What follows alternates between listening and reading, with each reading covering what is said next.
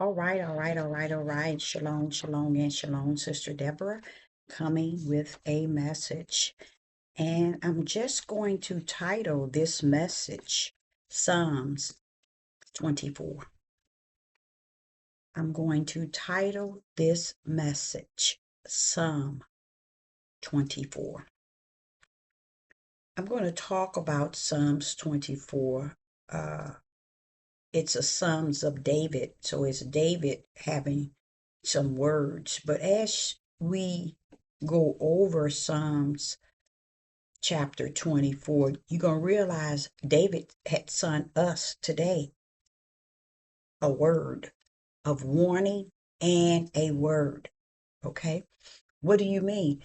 He said he said some things that we could use today to apply to the end day.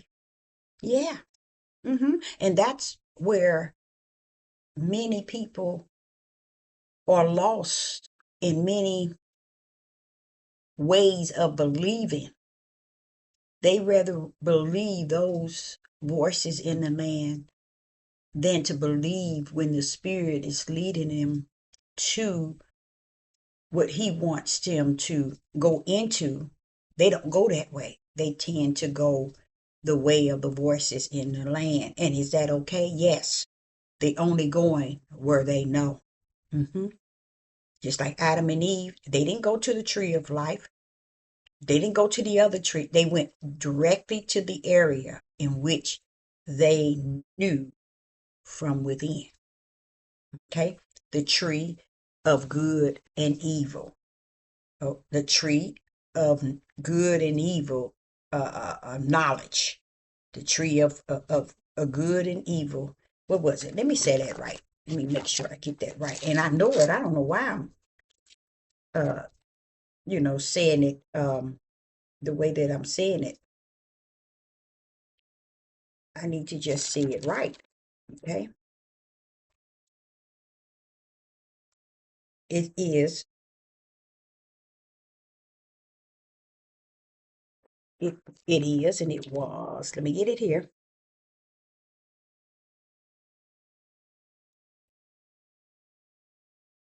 The tree of knowledge of good and evil. That's it. The tree of knowledge of good and evil. Just imagine Adam being created only knowing good, but he wanted more knowledge of evil. He couldn't settle for just good. He needed evil, the knowledge of evil. And that's what he and Eve took in. So here in Psalms 24, David is kind of helping us out a little bit here, and I'm going to go over it. Psalms 24 and verse 1, it reads, "The earth is Yah's, and the fullness thereof." That means everything that you see that fills up the earth, the world, and they that dwell therein. So number verse 1 wants you to capture who owns it all. Because we keep thinking we own ourselves, you know. We really do. We are so in tune with the mindset of the flesh that everything is based on the understanding of the flesh. But here, David in Psalms 24, David is telling you who the owner of it all. Sister Deborah try to say that all the time. I say that all the time. No matter what it is, he owned it all. But just imagine knowing the one that owns it all. That's the one you want to submit to. That's the one you want to trust in. That's the one you want to believe in. That's the one you want to live in you. Is the one that owns it all. But just imagine how 99.9 chooses the world and the gods of the world over the one that created it all, and owns it all. You see, the greater one that lives in us even though he's greater than anything on the outside of us, and he's that great because he owns everything that exists. Somewhere the flesh of man, and I'm not talking about male, I'm talking about humans, just refuse that, period. This is what make them go into different religions, different beliefs, different denomination, different interpretation, because they don't want to give him the honor. They don't want to just rest it in his, before his altar, or give him the honor, give him the praise, uplift and glorify him. They feel that they need something else. That it's almost like that's not good. That's not something. I ain't gonna say it's not good enough, but I don't know their reason. But I know their reason is not a reason that fall under what is righteous. So it really don't make any difference what and how and why they choose to have a belief of their gods that does not own everything. Now listen to David. David in Psalms 24, David said the earth is the most high Yah's, and the fullness there, and the fullness thereof. Just letting you know everything from an ant to anything. The world and they that dwell therein. Yah what? Yah what? What is it? Is Yah. He owns it all. All of it belongs to him. That's the one I want to live in me. That's the one I want to submit to. That's the one I want to trust in. That's the one I want to believe in. That's the one I want to lean to. That's the one I want to walk in. That's the one I want to talk about. That's the one that leads me. It's a no end. Okay. Then David says something in Psalm 24. He says, "For he has found it upon the seas and established it upon the flood." He's showing you that what Yah created and the fullness thereof, of the world and the earth, it was created, it was founded, and no, and he has founded it upon the sea, meaning that the Father created the earth and the world upon the sea and establish it upon the waters, which is the floods. So that should lead you to understand that underneath us and above us is water. Okay? Underneath us and above us is water. When you think of the flood back in the days of Noah, how they met each other just to cause the earth to drown. It had to come from above and from beneath, and they are to meet each other. From the earth, the rain, from above, the water in which the earth was founded under, they meet each other. That's how the flood came about. Okay. So it wasn't just, it just rained, all these days. No, they were meeting each other. The earth, underneath this earth, is water. And it allows you to understand back in the days of Noah, it rained so many days. So the earth rain and the water underneath it met the rain coming down, and they met to how would I say it, drown the earth together. You see how Yah can, his word can cause the heavens to rain and underneath the earth to pour forth. See, this is the same one I'm saying that you want living in you, the one that has the power to do stuff like that. That's the one I'm saying that you need to be trusting in and leaning to and trying to have a relationship with him in you, because he has all the answers. Okay. So let's go to verse 3. Here David is saying, now this is what David is saying here.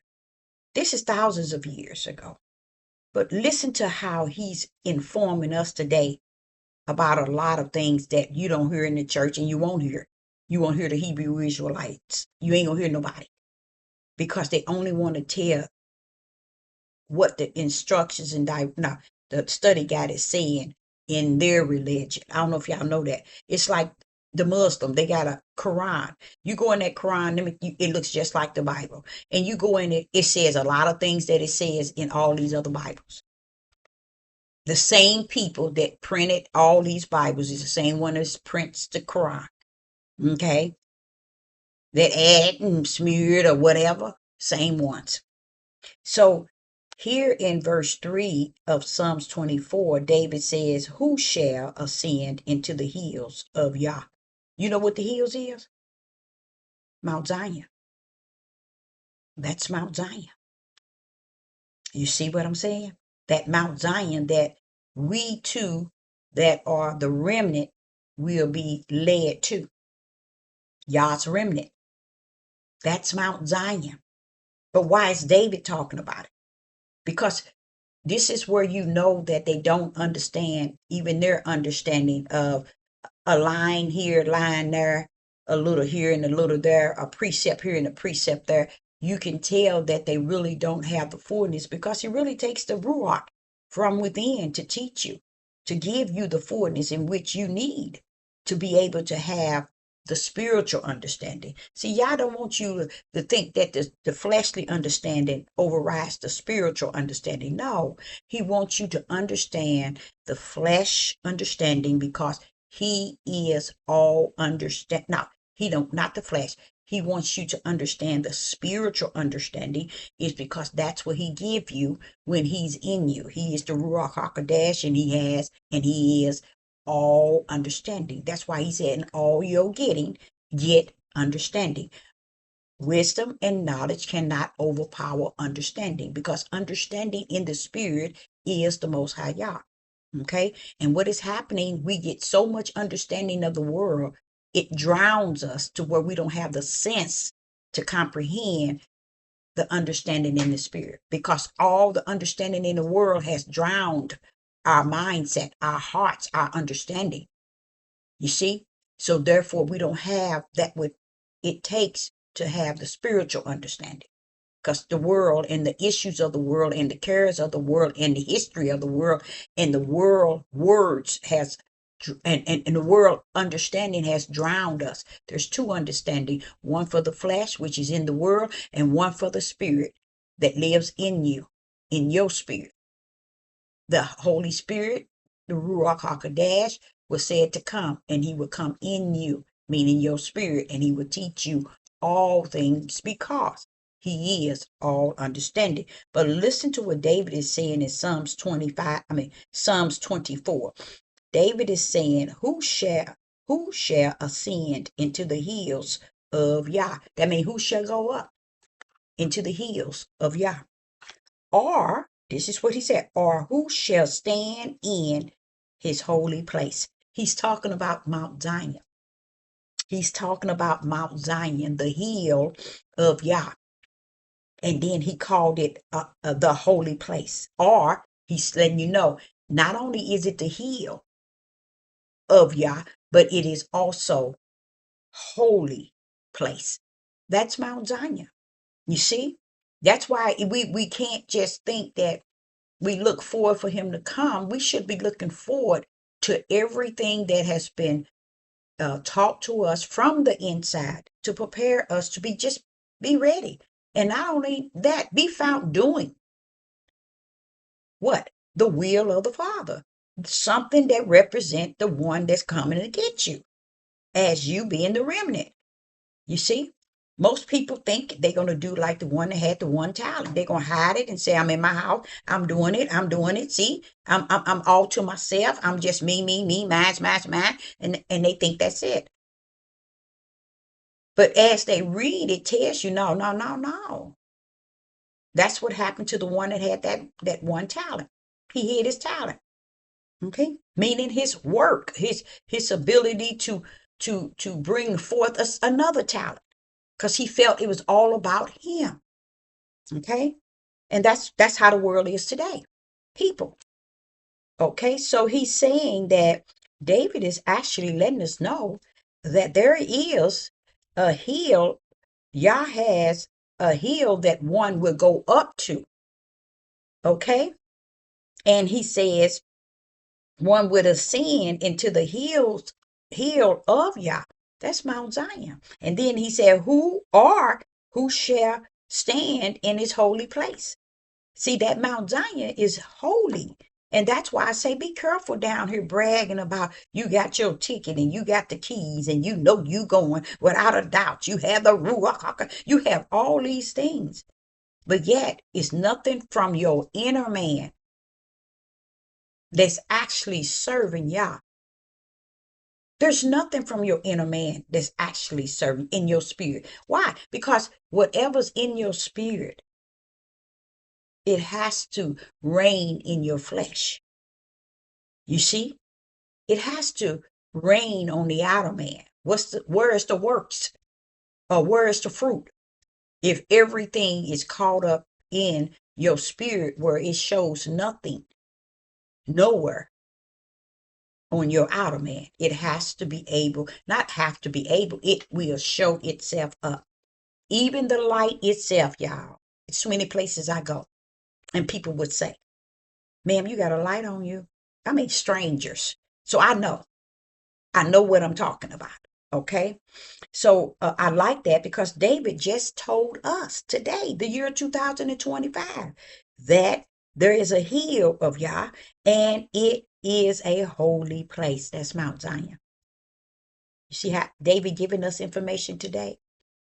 In the church, in the churches, the temples, the synagogues, the places of worship are not going to give you this wonderful news from our brother David. Verse 4 says, and he's getting ready to tell you who's going to be able to go to this hill and who's this hill that's holy. And this is Mount Zion. Okay. He's getting ready to tell you the type of individuals. Watch this here. Pay attention to this. Watch this. He said, he that has clean hands. When you see that S on this here hands, the clean hands is someone who has not shed blood, someone who has not robbed rob people or banks or rob stores or rob you. People who has clean hands, people who has beaten people, and people who have done things with their hand that still leaves blood on their hands from their action. Okay, so he's letting you know they're going to have clean hands, not a people who out here using their hand to do all kind of wicked and evil and sin and abomination. You see, so he said, he that has clean hands and a pure heart, okay, watch this, who has not lifted up his spirit unto vanity, unto falseness, deception, deceitful. Okay, and that's what, and what else? This is what it's saying. Someone who is not deceitful, uses deception, uses falsely. Verse 4, he that has clean hands. You know how Cain killed Abel? The blood was still on his hand.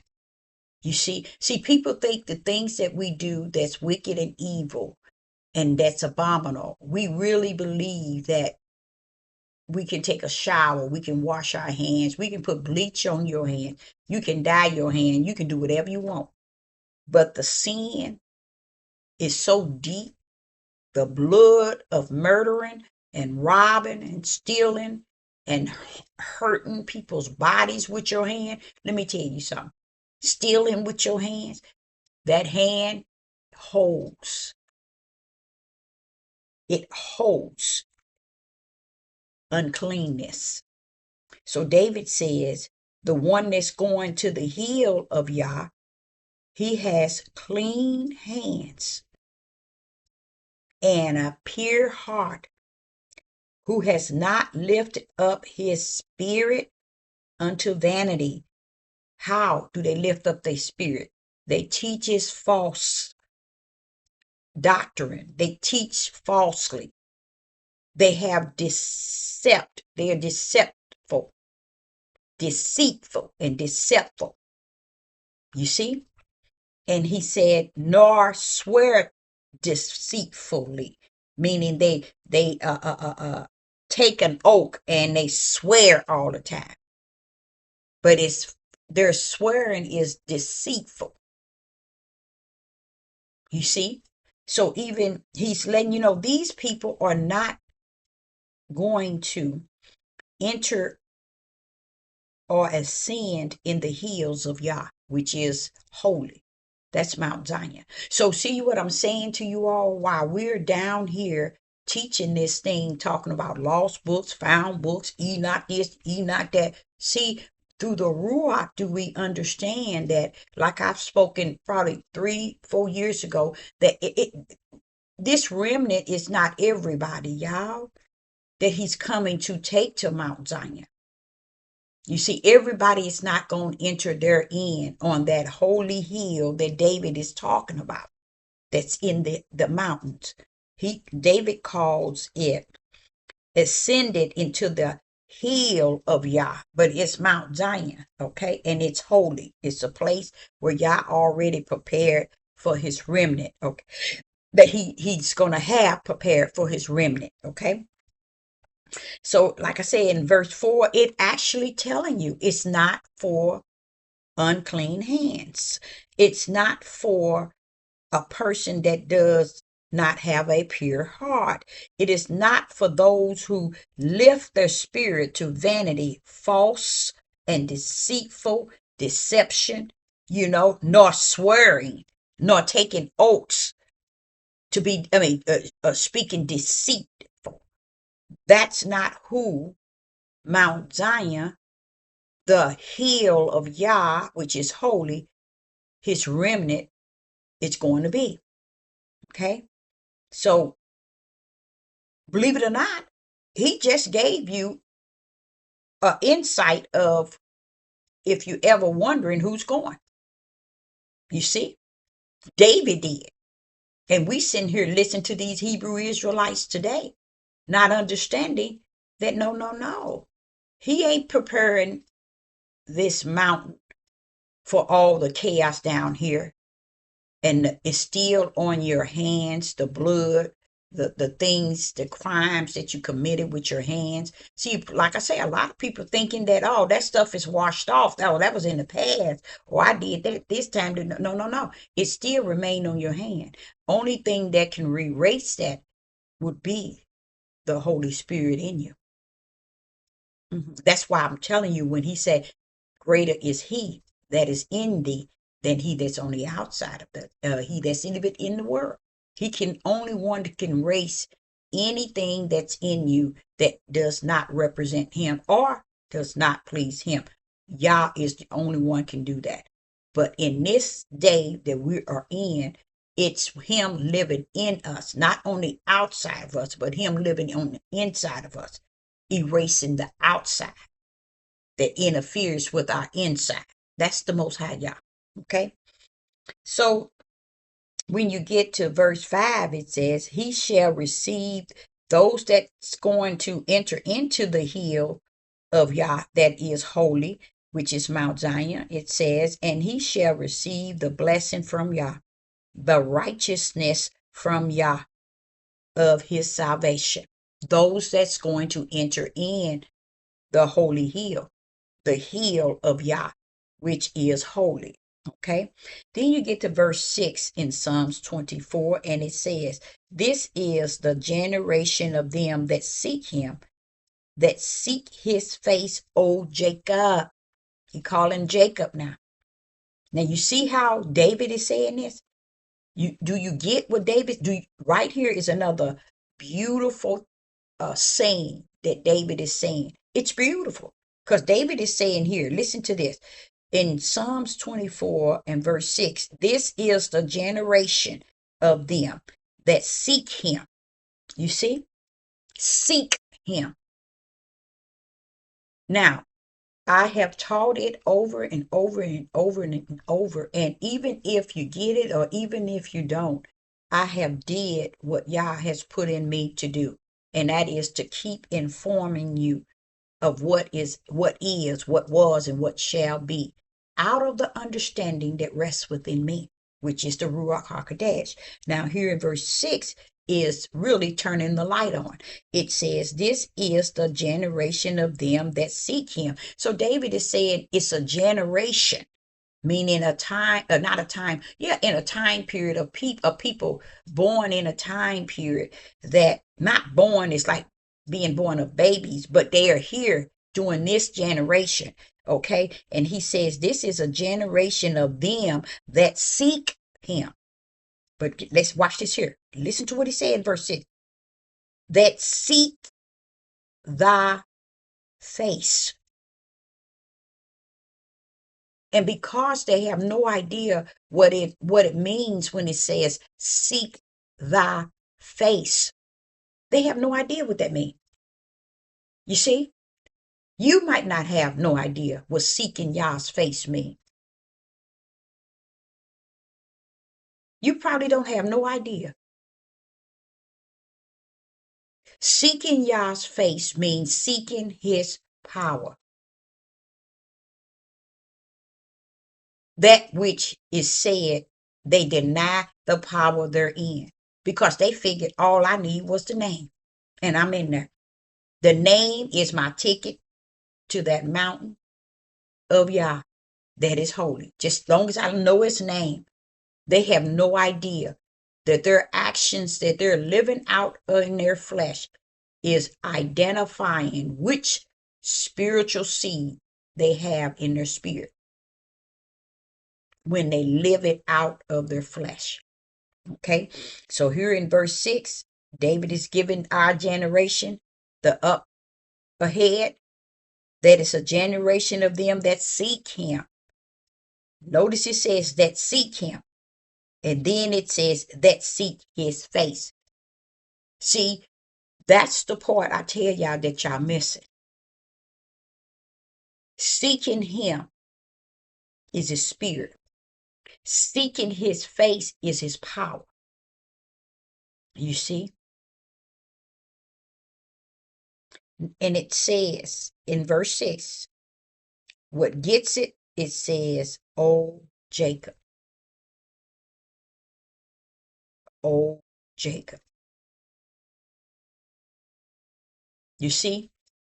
And just imagine, Jacob has no idea what David is saying in Psalms 24. But those that know it are those that David is speaking to. You see? Here he calls out, "O Jacob." You see? I remember Jacob was wrestling, and I believe that it was a spiritual battle, wrestle, because he wanted something. He wanted a blessing from Yah. Why? Because Esau was on his back, and he knew that Esau was on his back to kill him and his family. He knew his brother was on his back to kill him and his family. So he said, I can't go on. I need a blessing from you. I'm going to wrestle. Meaning mentally in his mind, he wrestled and wrestled, even to the point he even hurt himself. But when he needed a blessing from Yah, he need Yah power to deliver him. And when he was awakened, he knew then. Yah had now changed his name from Jacob to Israel. I believe it was, yeah. And when he did that, Jacob said, I've seen his face, because that's his power. When you say you've seen his face, that means you have identified the power of Yah. And you can actually say, I've seen his face because I've seen his power at work. And I'm not just saying David, I'm saying Sister Deborah. That's why I tell people I've seen his face. Can you say you've seen his face? Why? Because we seen.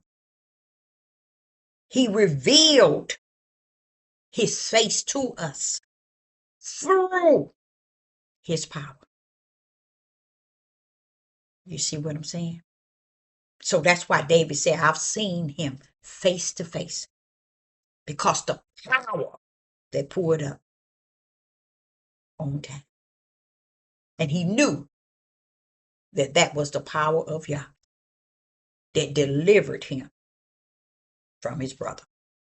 So here, here in verse 7, it says, lift up your heads, O ye gates, and be lifted up, ye everlasting door, for the King of glory shall come in. Praise the mighty Yah. Praise the mighty Yah. Lift up your heads to the gates, and be lifted up, ye everlasting doors, and the King of glory shall come in. Praise the Most High Yah. Praise the Most High Yah. Verse 8, who is the King of glory? Yah strong and mighty. Yah mighty in battle. Now, do you see what that's saying? It's telling you in verse 7. Watch this. Lift up your heads, O ye gates, and be ye lifted up, ye everlasting doors, and the King of glory shall come in. Shall come in. Watch this here. Verse 8. Who is the King of glory? Listen to how they tell you who the King of glory is. The Yah that is strong and mighty. That's power, Yah. See how he said strong and mighty. That's power. Watch this here. The Yah mighty in battle. That's power. It's letting you know that's what we're missing today. Is the Most High Yah and his power. 99.9 is missing his word as well. But to know Yah, the Most High Yah, and his power. That's all verse 8 is talking about, his power. To where when I try to show you in verse 6, where it says, this is the generation of them that seek him, that seek thy face, O Jacob. Seek thy face, O Jacob. Okay, seek him that seek thy face, O Jacob. Wait a minute. Let me see if this saying Jacob's face. No, this is the generation of them that seek him. Okay, that's right. That seeks him. That seek thy face. Oh, that seek Yah's face. Oh, Jacob. Okay, so when you go into 17, it's announcing, okay, the King of glory. Then verse 8 letting you know the King of glory with power. That's what it's talking about. See, we want to serve him as if he has no power. And because back in Genesis, in the beginning, chapter 1, they missed all the power that was with him when he said that. That word let represent the word. The word was spoke and the power brought forth everything the word spoke. Okay. So here in verse 8, it tells you he's talking about the power. The power is being revealed to you. Who is the King of glory? The Yah, strong and mighty. That's power. The Yah, mighty in battle. There go power. Okay. Verse 9, lift up your heads, O ye gates. Even lift them up, ye everlasting door, and the King of glory shall come in. Verse 10, who is the King of glory? Yah of hosts.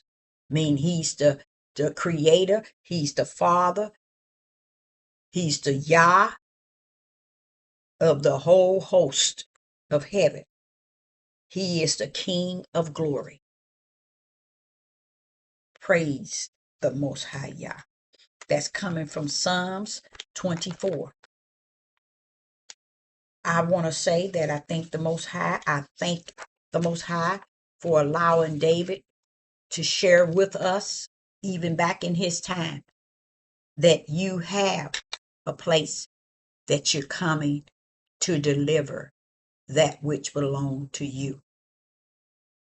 It's good to hear again from someone back thousands of years reminding us about the hill, your hill that you, Father, owns and reside. And you're going to have, it's the whole hill, the hill of your hill, Father, is going to be holy. Thank you for allowing David to speak from yesterday into us today that are going to receive the gift of that holy hill that's going to be holy and you have prepared for us. So Sister Deborah, I hope you got something out of it and understand that they are still crying in darkness to bring light out in this day. Shalom and shalom.